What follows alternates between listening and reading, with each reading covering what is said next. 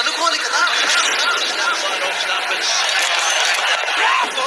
Cricket match నడుస్తుంది, Ranji trophy 2006లో Delhi మరియు కర్ణాటకకి మధ్యన. ఢిల్లీ పూర్తిగా ఓడిపోయే పరిస్థితికి వచ్చేసింది. అలాంటి పరిస్థితుల్లో పెవిలియన్ లో నుంచి 18 సంవత్సరాల ఒక అబ్బాయి బ్యాట్ పట్టుకుని గ్రౌండ్ లోకి వచ్చాడు, నిలబడ్డాడు, ఆడుతున్నాడు, 40 రన్స్ కొట్టగలిగాడు. సాయంత్రం అయిపోయింది, నెక్స్ట్ డే ఆట ఆడాలి. నెక్స్ట్ డే డిసైడ్ అయిపోతుంది ఢిల్లీ ఓడుతుందా గెలుస్తుందా. ఓడిపోయే అవకాశాలు 90% ఉన్నాయి. ఆ బాబు ఆలోచించుకున్నాడు, రేపు మొత్తం నా మీద డిపెండ్ ఉంది, ఏం చేయాలి, లేదు కసిగా ఆడాలి, నా కెరీర్ కోసం ఇది ఉపయోగపడాలి. నిర్ణయం తీసుకున్నాడు. ఫోన్ కాల్ వచ్చింది, షాకిబ్ వాళ్ళ నాన్నగారు చనిపోయారు. తెల్లారితే మ్యాచ్, ఫోకస్డ్ వర్క్ చేయాలి. ఫోన్ వచ్చింది, నాన్నగారు చనిపోయారు, ఏం చేయాలి. రాత్రి గడిచిపోయింది, తెల్లవారింది, అతను బయలుదేరాడు. కాదు మ్యాచ్ గ్రౌండ్.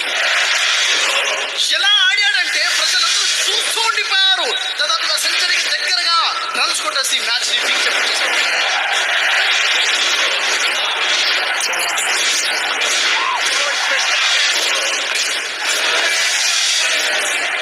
నా జీవితంలో అయితే ట్రాజడీ డే ఉందో ఇదే నాకు గొప్ప మోటివేషనల్ డేగా చేసుకుంటాను అన్నాడు. చేసుకున్నాడు. నానా ఈ విజయం నీకోసం అంకితం అని చెప్పేసి బయలుదేరి అప్పుడు నాన్న అంత్యక్రియల కోసం ఆ రోజు ఆ బాబు వర్క్ ఎథిక్స్ అంత ఫోకస్డ్ గా వర్క్ చేశాడు కాబట్టి ఈ రోజు ఆ బాబు ఎవరు అనుకుంటున్నారు? Indian captain Virat Kohli.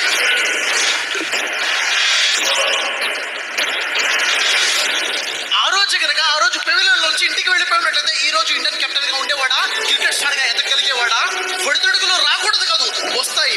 ఊహించనేటువంటి పరిణామాలు కూడా వస్తాయి. ఊహించని పరిస్థితి వచ్చి నిలబడతాయి.